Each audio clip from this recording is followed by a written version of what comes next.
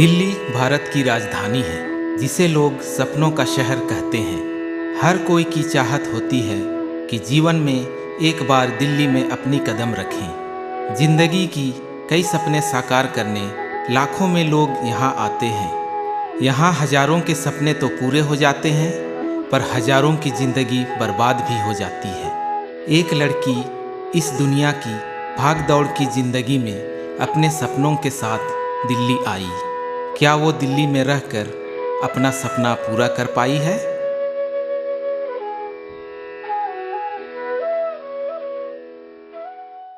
दिल्ली की अंधेरी जिंदगी से वो अब थक चुकी थी। उसको बस इंतजार था एक नई सवेरे की।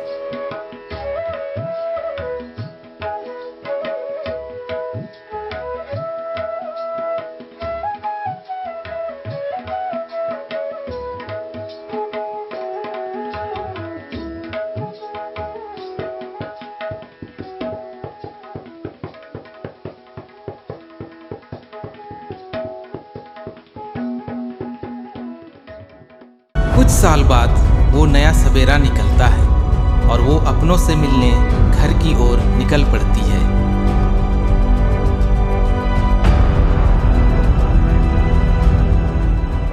मैं एक छोटे गांव की गरीब घर से पैदा हुई लड़की। मेरे घर का जिम्मेवारी मेरे ही ऊपर था। मेरे बाबा खेतों में मजदूरी करते थे और मेरी माँ लकड़ियाँ बेचकर घर संभालती थी। मेरे भाई बहनों का पढ़ाई लिखाई सारा जिम्मेवारी मेरा ही था।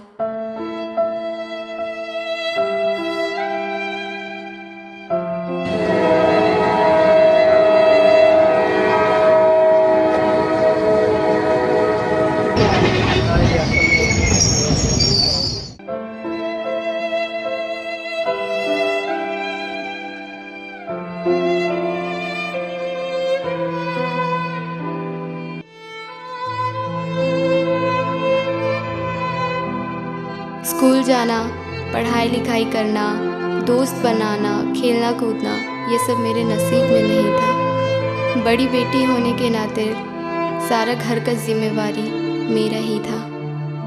इसी मजबूरी के कारण मैं दिल्ली आई। कभी खाना मिलता था तो कभी पानी पीकर ही रहना पड़ता था।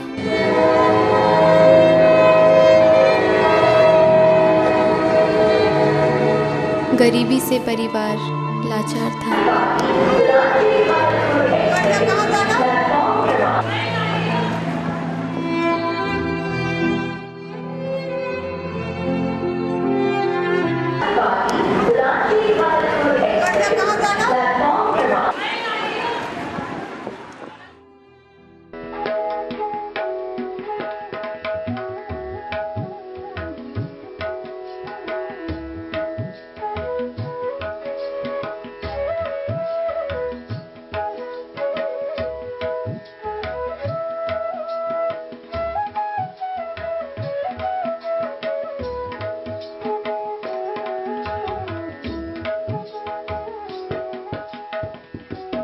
उस दिन मैं भागी भागी घर आई, अपनी माँ से मिली। माँ ने मुझे बहुत प्यार से बोला, बेटा तुम आ गई, मुझे बहुत अच्छा लगा। मैंने बाबा के बारे में भी पूछा। उस दिन माँ ने मुझे बहुत प्यार किया और मुझे पानी भी ला कर दी।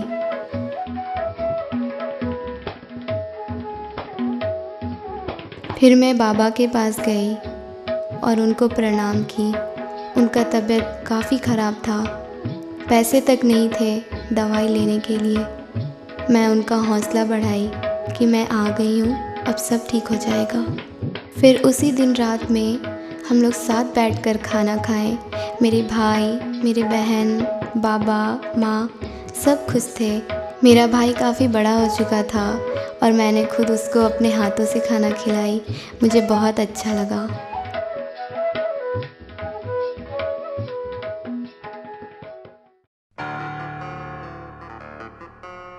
फिर उसी दिन सुबह जब मैं हाथ पैर धो रही थी तो मेरे गांव की भाभी, चाची मेरे टांग खींचने आ गए। कहने लगे, कि तुम दिल्ली से आई हो, बहुत मस्ती की, कितना पैसा कमाई। बुरी नज़र से मुझे देखने लगे, बुरी बुरी बातें कहने लगे ज़रूर किसी न किसी को रखी होगी, फंसाई होगी। पर मैंने साफ मना किया, वहाँ की ज़िंदगी बहुत ख़राब है, लेकिन मैं ख़राब नहीं हूँ। फिर उसी दिन मैं दिल्ली की कुछ यादें लेकर अपने घर के बाहर बैठी थी। मेरी सहेलियाँ मुझसे मिलने आईं। वे काफ़ी खुश थे, मैं भी बहुत खुश थी उन्हें देखकर। काफ़ी समय बाद हम एक साथ फिर से बैठे, अच्छा लगा। और मेरी एक सहेली मुझसे पूछने लगी, ये कान वाला तुमने कहाँ से लिया? तो मैं उनको कहानी अपना बताई। एक दिन जब मैं चाय बना रही थी तो मेरा ध्यान कहीं और था और मैं शक्कर ज़्यादा डाल दी थी। मैंने जब मालकिन को देने गई तो उसने पिया और मुझ पर बहुत गुस्सा की और वो गर्म चाय मेरे मुंह पर फेंक दी। मुझे काफ़ी तकलीफ़ हुई।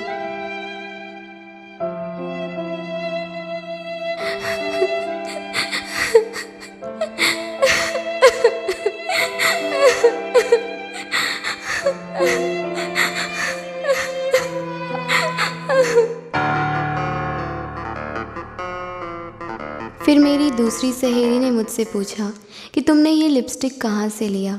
मैंने कहा, लिपस्टिक, इसके भी पीछे एक राज है। एक दिन जब मैं घर का काम कर रही थी, घर में काफ़ी सारे काम रहते थे। मैं जब काम कर रही थी, मालिक टीवी देखकर पेपर पढ़ रहे थे। मैं उन्हें देखी, वो मुझे घूर रहे थे।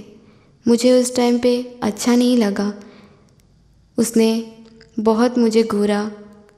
मैंने भी उसे देखा कि वो मुझे बहुत बुरी नज़र से देख रहे हैं। फिर वो मेरे पास आए और मुझे ज़ोर से पकड़ लिया। मैंने बहुत कोशिश की दूर रहने की। वो मेरे साथ बहुत ज़बरदस्ती कर रहा था। मेरे होठों पे अपने हाथ रखकर वो मेरे साथ ज़बरदस्ती करने की कोशिश कर रहा था। मैं बहुत उसे रोक रही थी, लेकिन वो रुक नहीं रहा था। मैं बहुत कोशिश की। फिर मैं वहाँ से भागकर अपने रूम में चली गई।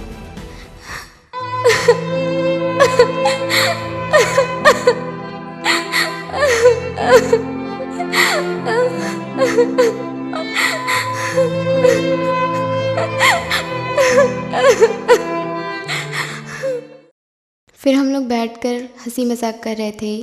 फिर मेरी तीसरी वाली सहेली ने कहा, तुमने ये चूड़ी कहाँ से लिया? बहुत ही प्यारा है। मैंने उसे अपनी कहानी बताई। एक दिन जब मैं शौक़ से चूड़ियाँ पहनकर किचन में काम कर रही थी तो मालकिन ने मुझे आवाज़ दिया, लेकिन मैं चूड़ियाँ के कारण सुन नहीं पाई। फिर वो मेरे पास आकर मुझे गालियाँ देने लगी और मेरे हाथ से चूड़ी निकालकर मुझे बहुत डांटी, गाली दी और धक्का मार करके चली गई। और फिर मैं रोते रोते अपना काम करने लगी।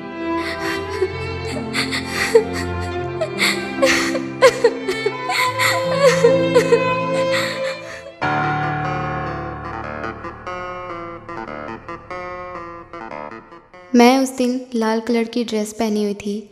मेरी सहेलियां बहुत तारीफ़ कर रही थी। मैंने कहा, इसके पीछे भी बीती हुई कल है। एक दिन जब मालकिन घर पे नहीं थी, मैं मालिक को खाना परोस रही थी। मालिक की बुरी नज़र मुझ पे ही थी। वो मुझे घूर घूर कर देखे जा रहे थे और मन ही मन में मुस्कुरा रहे थे। मुझे उस दिन अच्छा नहीं लग रहा था। मैं बहुत डरी हुई थी अंदर से। मैं कुछ कर भी नहीं सकती थी। मैं लाचार थी। मुझे कुछ समझ में नहीं आ रहा था और मुझे बहुत घबराहट सी हो रही थी। फिर मालिक ने मुझे एक थैला दिया। वे मेरे लिए कुछ गिफ्ट लेकर आए थे। कह रहे थे, इसे पहनकर मेरे रूम में आओ। वो मुझे ज़बरदस्ती बोल रहे थे, जाओ और इसे पहनो। मैं अपने रूम में आई। मैं बहुत घबराई हुई थी। मैंने जब वो कपड़ा निकाल कर देखा तो मुझे अच्छा नहीं लगा। वो कपड़ा बहुत ही छोटा था जो मुझे पसंद नहीं आया और मैं उस कपड़े को देखकर रोने लगी।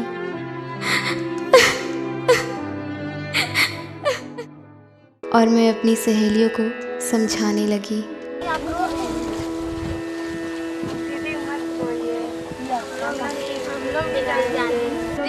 लोग भी जाना चाहते हैं दिल्ली। दिल्ली नहीं जाना है, क्या? यहाँ पे रह करके पढ़ाई करो। नहीं, हम लोग पढ़ाई करेंगे, दिल्ली जाएंगे।